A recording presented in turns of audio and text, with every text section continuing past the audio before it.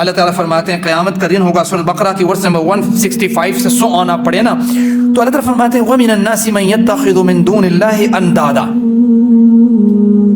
کچھ لوگ ایسے ہیں جنہوں نے کچھ لوگوں کے ساتھ اللہ کو چھوڑ کے ایسا تعلق قائم کیا ہے یحبونہم کحب اللہ, وہ ان سے ایسے محبت کرتے ہیں جیسے اللہ سے محبت کرنی چاہیے تھی, لیکن وہ یہ سمجھتے ہیں کہ پتہ نہیں ہم ایسے ہیں. اللہ فرماتے ہیں والذین آمنوا اشد حبا للہ, ایمان جس کے دل میں ہے وہ اللہ سے اس سے زیادہ محبت کرتا ہے.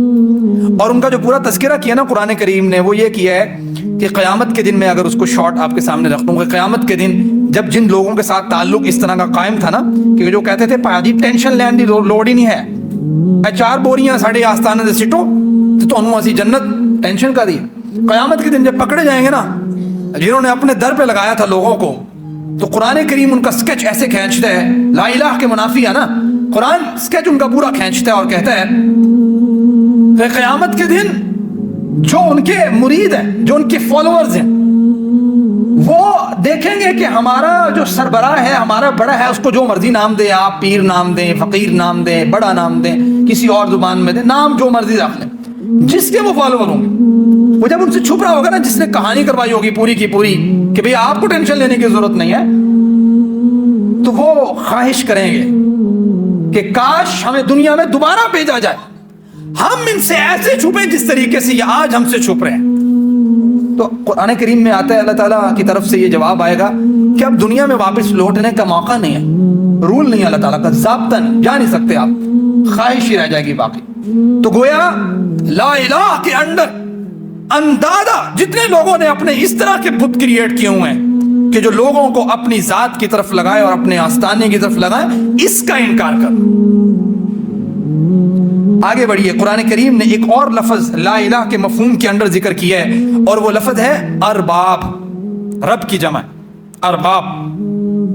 قرآن کریم کی ایک آیت مبارک ہے, جب وہ نازل ہوئی نا سورۃ توبہ کی ورس نمبر 31, اتخذوا احبارهم ورهبانهم اربابا من دون اللہ. اللہ کے رسول, یہ جو آپ کے ساتھ یہ لوگ تھے, یہ مشرکین, انہوں نے کیا کیا ہوا تھا, انہوں نے اپنے پیروں اور مولویوں کو رب بنایا ہوا تھا. ربان اور احبار ان کے پیروں کو ہی کہتے ہیں نا, ان کے بڑوں کو کہتے ہیں, ان کے مولویوں کو کہتے ہیں, ان کے اسکالرز کو کہتے ہیں, رب بنایا ہوا تھا. جب یہ آیت نازل ہوئی تو عدی بن حاتم نے سوال کیا, جو مسند احمد میں اور جامع ترمذی میں اس کا پورا ڈیٹیل جو ہے وہ ذکر ہے. عدی بن حاتم آئے, وہ ان کے اسکالر تھے, انہوں نے کہا اللہ کے رسول ہم نے تو کبھی ایسی بات نہیں ہوئی کہ ہم نے اپنے بڑوں کو رب بنایا. تو نبی کریم صلی اللہ علیہ وسلم نے ان سے کہا کہ یہ بتاؤ کہ جو تمہارا جو بڑا ہوتا تھا وہ تمہیں کہتا تھا کہ یہ چیز حلال ہے, تم کہتے تھے حلال ہے, اور وہ جب کہتا تھا یہ حرام ہے تم کہتے تھے حرام ہے. کہتے جی اللہ کے رسول. تو نبی کریم نے یہی تو رب بنانا ہے, اور کیا ہوتا رب بنا. تو گویا ایسے تمام تعلقات جو کہیں حلال اور آپ کہیں یہ جو رائے ہے اس کی, بس اس میں تو کوئی شک ہی نہیں ہے, آپ اس کو پیغمبر کے درجے کی رائے سمجھتے ہو, جو ایک پیغمبر کا جو ہے نا وہ خاص ہے, تو یہ سر رب بنانا ہی ہوتا ہے. تو اس وجہ سے اس چیز سے بھی اجتناب کرنا یہ لا الہ کے اندر آتا ہے. تو گویا وہ تمام چیزیں جس کی وجہ سے انسان جو ہے وہ اللہ تعالیٰ سے تعلق توڑ بیٹھتا ہے, وہ تمام چیزیں اس کیٹیگری میں فال کرتی ہیں لا الہ کے اندر. الا اللہ اگلا جو جملہ ہے وہ ایک پوری ڈیٹیل مانگتا ہے, ہمارے پاس وقت بھی کم ہے. تو لفظ اللہ کی پہچان کے لیے, اللہ تعالیٰ کی پہچان کے لیے اگلے جمعۃ المبارکہ میں ہم کوشش کریں گے اللہ تعالیٰ کی پہچان کے لیے سورہ اخلاص اور کچھ آیات مبارکہ قرآن کریم سے پڑھیں گے, تاکہ ہمیں کم از کم یہ بھی تو پتا ہو کہ جس رب کو ہم نے مانا ہے وہ رب کیسا ہے. لا الہ تو کہہ دیا, زمانے کے بتوں کا انکار کر دیا, لوگوں کا انکار کر دیا, معاملت ہم نے کہہ دیا. جیسے جناب ابراہیم علیہ السلام نے لوگوں سے کہا فَتَعْبُدُونَ مِن دُونِ اللَّهِ مَا لَا يَنفَعُكُمْ وَلَا يَضُرُّكُمْ, کیا تم ایسے لوگوں کی عبادت کرتے ہو, ایسی چیزوں کی عبادت کرتے ہو نہ تمہارے نفع کے مالک ہے نہ تمہارے نفع. اُفٍّ لَكُمْ, تم پہ بھی تف ہے کہ تم ایسے, ہماری یہ عقل کام نہیں کرتی کہ یہ تمہارے نفع نقصان کا مالک نہیں اور تم ان کی عبادت کرتے. تو الا اللہ کا جو موضوع ہے یہ بڑی ڈیٹیل مانگتا ہے, تو ہم اس کو اگلے جمعۃ المبارکہ میں ڈسکس کریں گے. اب کچھ آپ یہ ذرا دیکھ لیں کہ لا الہ الا اللہ مجموعی طور پہ اس کے کچھ بڑے اہم ترین فضائل ہیں. ہم کچھ ڈسکس کر لیتے ہیں جتنا کو ہمارے پاس وقت موجود ہے. اللہ تعالیٰ نے اس کلمے کو لا الہ الا اللہ کو قرآن کریم میں کلمہ طیبہ کہا ہے. اس میں پہلا کلمہ طیب قرآن کریم میں سورہ ابراہیم کی ورس نمبر 24 ہے. اللہ تعالیٰ فرماتے ہیں الم تر کیف ضرب اللہ مثلا کلمۃ طیبہ کشجرۃ طیبۃ اصلها ثابت وفرعها فی السماء. کہ اس شخص کی مثال کتنی زبردست مثال ہے. جو وہ کلمہ پڑھتا ہے اس کی کلمے کی مثال کیسی ہے کہ آپ کے پاس جو کلمہ موجود ہے وہ کلمہ اتنا طیب ہے, اتنا عام ہے کہ فرمایا کہ شجرۃ طیبۃ, جیسے ایک پاکیزہ درخت ہو, اصلها ثابت, اس کی جڑیں زمین کے اندر مضبوط ہوں, لیکن سارا کنیکٹ اس کا وفرعها فی السماء, آسمان کے ساتھ ہو. یعنی آپ نے جو کلمہ پڑھے, میں نے جو کلمہ پڑھا لا الہ الا اللہ, اس کی ساری ریسٹرکشنز بھی اور اس کی ساری جو ریکوائرمنٹس اور اس کے بارے میں جو توضیح و تشریح ہے وہ کہاں سے ہے؟ وفرعها فی السماء, آسمان سے آتی ہے. کتنا عظیم کلمہ. لوگوں کے پاس ایسا کلمہ ہے, کسی کی جو ہے نا وہ بات آتی ہے اس بندے سے, اس بندے سے, اس سے, اس سے, ایسے آتی ہے. لیکن جو کلمہ لا الہ کو جانتا ہے وہ گویا اتباع کر رہا ہوتا ہے ایسے کلمے کی, اصلها ثابت, جس کی جڑیں زمین کے اندر مضبوط, وفرعها فی السماء, اور اس کی ٹہنیاں جو ہیں گویا اوپر آسمان کی طرف. ساری کی ساری ڈیٹیل اس کو آسمانی ملتی, رب کی ملتی ہے جو اصل میں خالق ہے. یہ اس کلمے کی شان ہے. اب دوسری چیز دیکھیں اس کلمے کے بارے میں, قرآن کریم پہ جب آپ غور کرتے ہیں تو آپ کو یہ چیز ملتی ہے کہ جتنے انبیاء آئے ڈے 1 سے لے کے نبی کریم صلی اللہ علیہ وسلم تک, سب کی دعوت کا خلاصہ یہ کلمہ ہے. یعنی آپ کو پتا ہوا کہ یہ کلمہ کیا بیان کر رہے ہیں تو گویا خلاصہ ہے, آپ کو سمجھ آ جائے گی کہ بھائی میں نے یہ کرنا ہے اور یہ نہیں کرنا. جس طرح قرآن کریم میں نے آپ کے سامنے رکھا کہ جس کو اس کلمے کا معنی پتا ہے, اللہ ولی الذین آمنوا یخرجہم من الظلمات الی النور, اللہ اس کے لیے جو ہے نا وہ روشنی پیدا کر نکال دیتا ہے اس کو فتنوں سے. جس کو اس کے معنی کی حقیقت کا نہیں پتا وہ بیچارہ کیا بچے گا. اس لیے تمام رسولوں کی جو دعوت ہے سورہ انبیاء میں ورس نمبر 25 اللہ تعالیٰ فرماتے ہیں وما ارسلنا من رسول الا نوحی الیہ انہ لا الہ الا انا فاعبدون. جتنے بھی رسول ہم نے بھیجے سب کی دعوت کا خلاصہ لا الہ الا انا فاعبدون. پتا ہو آپ کو کہ لا الہ کیا ہے, الا اللہ کیا ہے, یعنی انکار کیا ہے اور اقرار کیا ہے. وہ جو ایک شعر ہے شاید علامہ اقبال کا ہے یا نہیں ہے, وہ مشہور سے ہے کہ ہم کافروں کے کافر, کافر خدا ہمارا. تو اس کا معنی بھی یہی ہے کہ بھائی اللہ تعالیٰ بھی تو کافروں کے کافر, یعنی ہم جو انکار کرنے والے کے معاملے میں ہیں, یعنی جو کفر کرنے والے لوگ ہیں ہم تو ان کا کفر کر رہے ہیں, جو غلط ٹریک کے اوپر ہیں ہم بھی ان کا انکار کر رہے ہیں لا الہ کے ساتھ, اور ہمارا خدا بھی ان تمام چیزوں کا انکار کر رہے ہیں جو جھوٹے لوگوں نے بنائے ہوئے ہیں. یہ ہم کافروں کے کافر, کافر خدا. تو کافر کا معنی تو یہ ہونا لا الہ, یعنی کفر کرنا, انکار کرنا سب سے پہلے اور اس کے بعد اس بات کرنا. آپ دیکھیں کہ اس کلمے کے بارے میں تیسری بات جو العروۃ الوثقی کے اندر, جو میں پہلے سورۃ بقرہ کی ورس نمبر 256 آپ کے سامنے رکھ چکا ہوں, جس میں اللہ فرماتے ہیں فمن یکفر بالطاغوت, جس نے طاغوت کا انکار کیا, ویؤمن باللہ, اللہ پر ایمان لے کے آیا, فقد استمسک بالعروۃ الوثقی, اس نے ایک زبردست قسم کے مضبوط کڑے کو تھام لیا. اور یہ چیز, یہ کلمہ, یہ لا الہ الا اللہ لا انفصام لها, آخری عمر کیا مرنے کے بعد بھی اس کو نہیں چھوڑے گا, اتنی مضبوط چیز ہے. آپ دیکھیں اسی کلمے کو, چوتھا پوائنٹ جو اس کی فضیلت کے معاملے میں ہے, اللہ تعالیٰ نے اس کلموں کو کلمہ تقویٰ کہا ہے. یعنی یہ لوگوں کے دلوں میں کیا پیدا کرتے ہیں. سورہ فتح کی آیت نمبر 26 ہے جو ڈائریکٹلی ریلیٹڈ ہے صحابہ اکرام سے, کیونکہ صحابہ اکرام ہی ایسے لوگ ہیں کہ جن کے بارے میں یہ حق ہے کہ کہا جاتا کہ جو کلمہ انہوں نے پڑھا تھا اس کا انہوں نے زبردست قسم کا جو ہے نا وہ اس کے اوپر سٹینڈ لیا, استقامت کو اختیار کیا. اس لیے قرآن کریم صحابہ کے بارے میں کہتا ہے اذ جعل الذین کفروا فی قلوبہم الحمیۃ حمیۃ الجاہلیہ فانزل اللہ سکینتہ علی رسولہ وعلی المؤمنین